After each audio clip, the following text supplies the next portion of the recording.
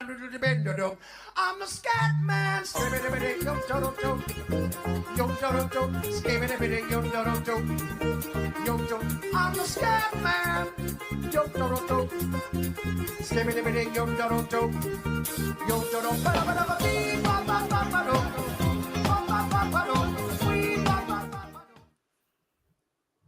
Let's go. What a night.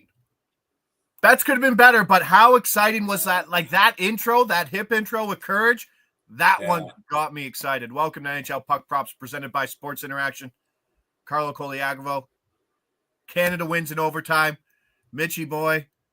3 apples from Crosby, who hasn't lost 26 games. Is that not insane? Very. This guy's Captain Clutch, man. This guy, you put a jersey on him, he's going to win for you.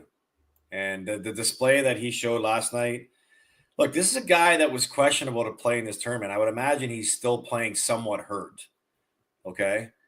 And to go out as a 37-year-old on that stage yesterday and be the best player on the ice, it just reminds us. And I think a lot of the way we feel about Crosby has slipped our minds a little bit because he's been rotting away in Pittsburgh the last couple of years. Yeah.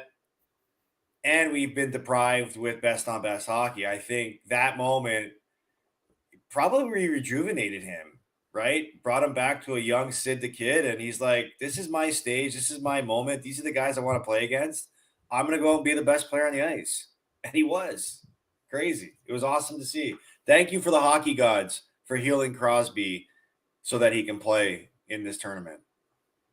Yeah, it was a special moment just watching that game, the hype up, the intro, everything about it going into, and then right away you're like, power play. Oh my goodness. And just wide open Gage. Well, some of those goals were nice. I mean, you know, me and you like to always talk about game script, right? If you were to draw up a game script before this game started and try to at least picture what the perfect opening game should look like in a tournament like this, I think you got all of it. You know, right in the beginning, you know, the building that blew up when Lemieux came on the ice, and you heard the Lemieux chants, and you know, from the opening ceremonies that they had. And then a minute into the game, you see the picture perfect tic-tac-toe that everybody was envisioning with the 3 best players in the game on the power play, McDavid, Crosby, into McKinnon. Even I think McKinnon was surprised to see that it happened as good as it did. You saw Canada dominate the first period. You saw the crowd into the game. You saw a comeback. You saw overtime. And then you saw Canada win in overtime. You saw 7 goals in the game. I don't think you could have written a script for an opening game for this new format to be any better. And the person that everybody's talking about coming out of this game is the face of hockey. It's Sidney Crosby. Like, you couldn't write a better script for this.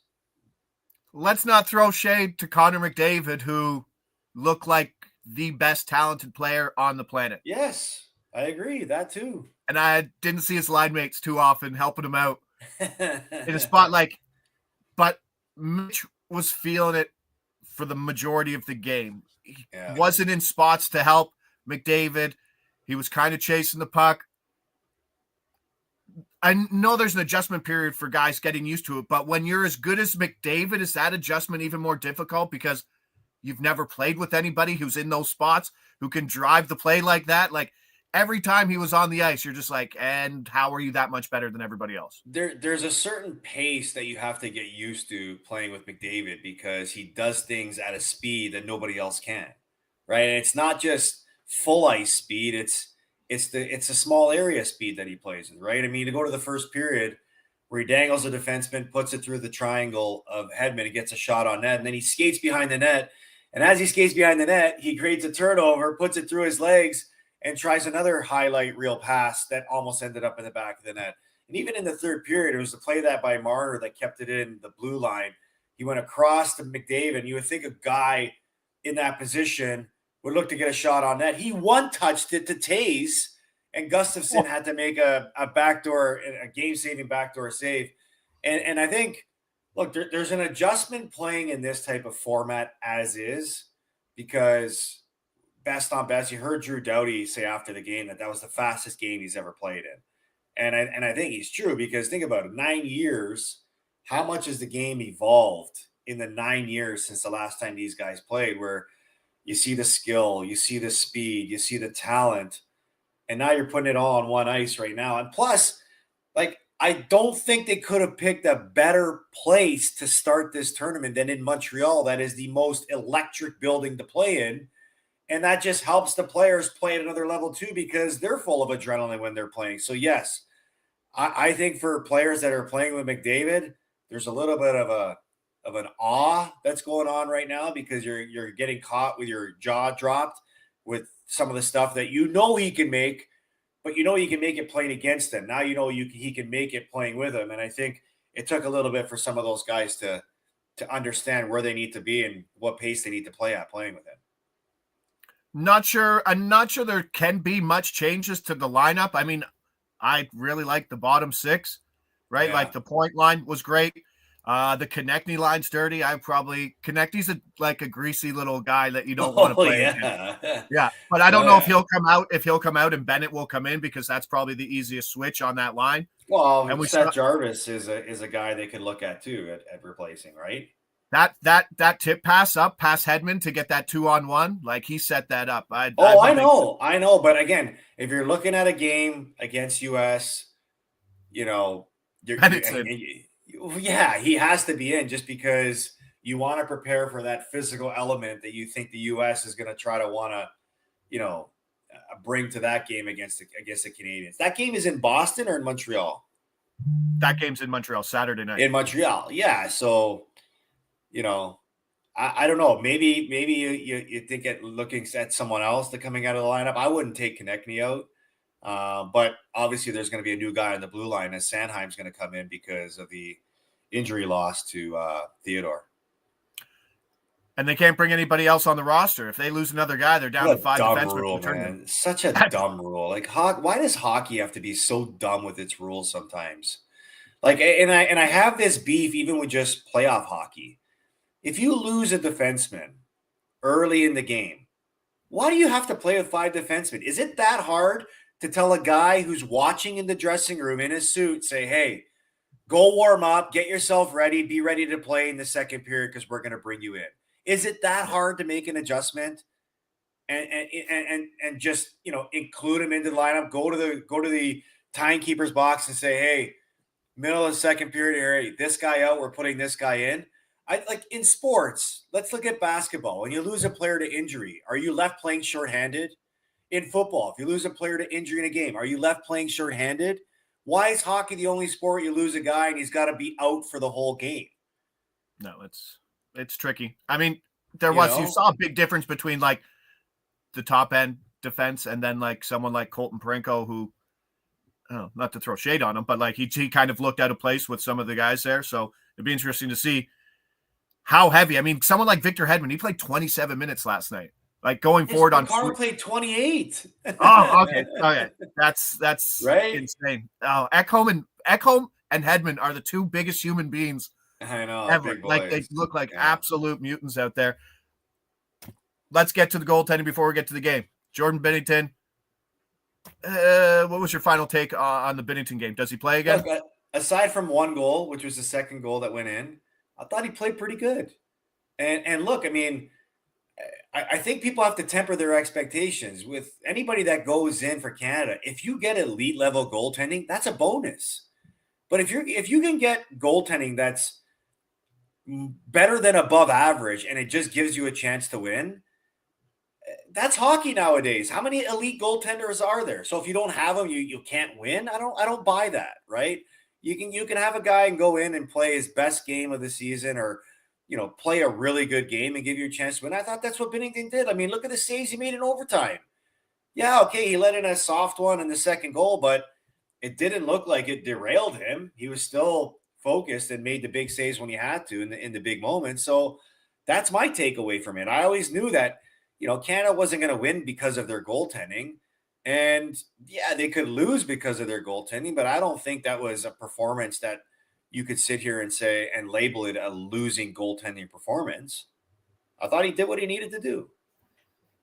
We brought up power play, how they're going to call the game. The only 2 calls were high sticks. That's second high stick. Me and my buddy were laughing pretty hard because, like, if he bladed him, he would have cut him because it was just 100%. It was straight up. I actually thought it was. I was surprised it was only a 2, and he didn't get cut because of the blow that he did receive on his face. There was so much hit on the surface area of the stick to his face that it didn't split. But that was a straight high stick right to the grill.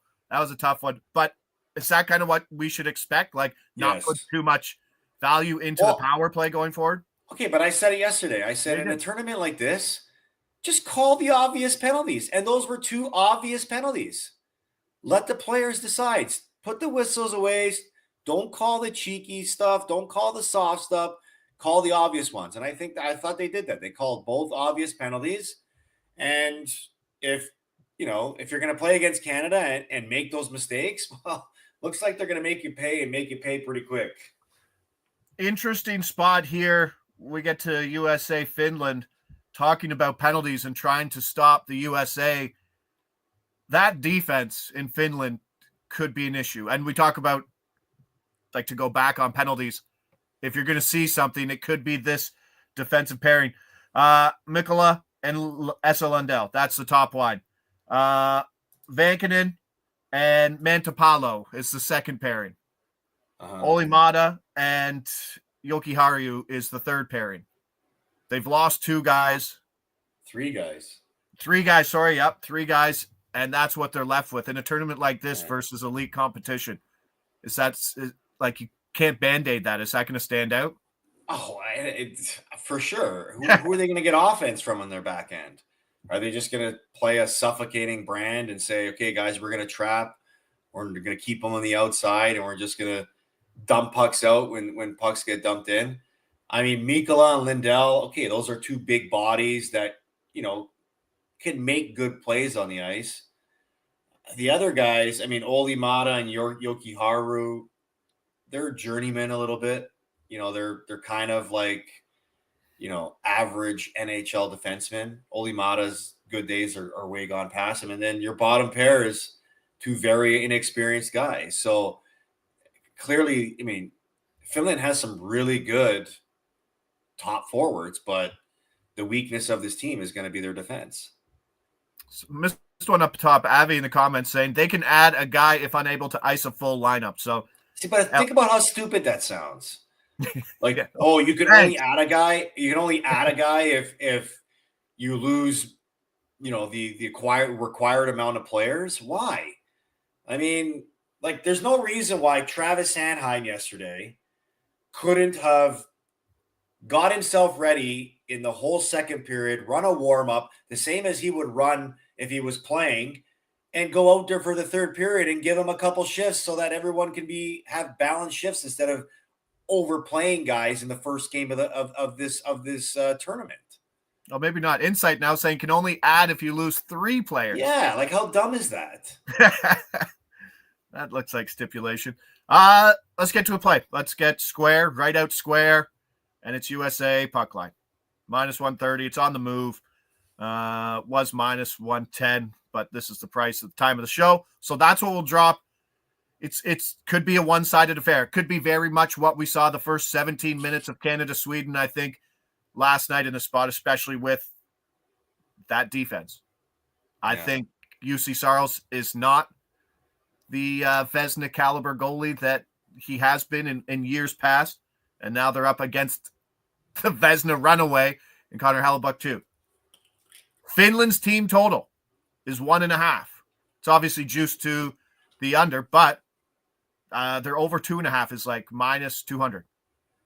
Wow. Team USA's team total is 4.5. Like, there's no 3.5. So I'm seeing insights say Matthews anytime goal, USA over 3.5, and USA money line. Not bad. What's the money line on the US right now, though? What's that? What's the money line on the US right now? Oh, I don't know. Let's head over to Sports Interaction, see what it is. Ooh, good thing I got them decimals, bud. Now I got to check my decimals. Yeah, -357. Yeah, like, you're not hitting that money line. No, but I think this could be a one-sided game. And it's like, okay, didn't want the money line. All right, let's see if we can get team total 3.5. No, the 1.5, or sorry, the spread here, minus 130. It is crazy. It's I wouldn't do it. I don't think there's a ton of value in this game, right? Like if you're going the other way, someone said I'm on Austin Matthews under 3.5 shots. He's the only guy with a 3.5 shot total. I think it's like minus 110 aside, right? He could play 16 minutes. They could be up a lot. But on the other side, I think this is a pretty one-sided offense from Finland, who are going to have to survive on Captain Finn, and that's Barkov, who can drive stuff, but he's got Rantanen to his right and Lehkonen to his left. So I think you're going to go Rantanen over 2.5 at even money on the shot, so we can throw that one up. 3+ shots, even money. I think he's the shooter on that line. Barkov's not the shooter, and Lehkonen is probably just the guy following things up. That's what I like, but I also thought that Willie Nylander would stand out in that game and took a high sticking penalty 30 seconds in. Well, I think how do you see this game going? Look, it's hard not to like everything on the U.S. side with the players that they have, the goaltending that they present. I feel like this is going to be a tough night for Finland, but I just feel like Finland always gets overlooked in these tournaments, in these formats, and they're a team that's going to want to, embrace the underdog role, right? And I mean, you could have easily made the case yesterday that Canada was on the verge of a blowout, but again, you're playing with good players on the ice. They'll somehow find a way, and I think Finland could be that team that finds a way. Early in the tournament, you're probably it's probably when you're gonna see the teams at their best or maybe at their freshest with the adrenaline that they're all going to play with, and maybe that could bode well for Finland. But I'd like to think that I can envision the U.S. scoring at least 4 goals in this game, sort of like what Canada did yesterday. I don't see how the Finns can score 4 goals.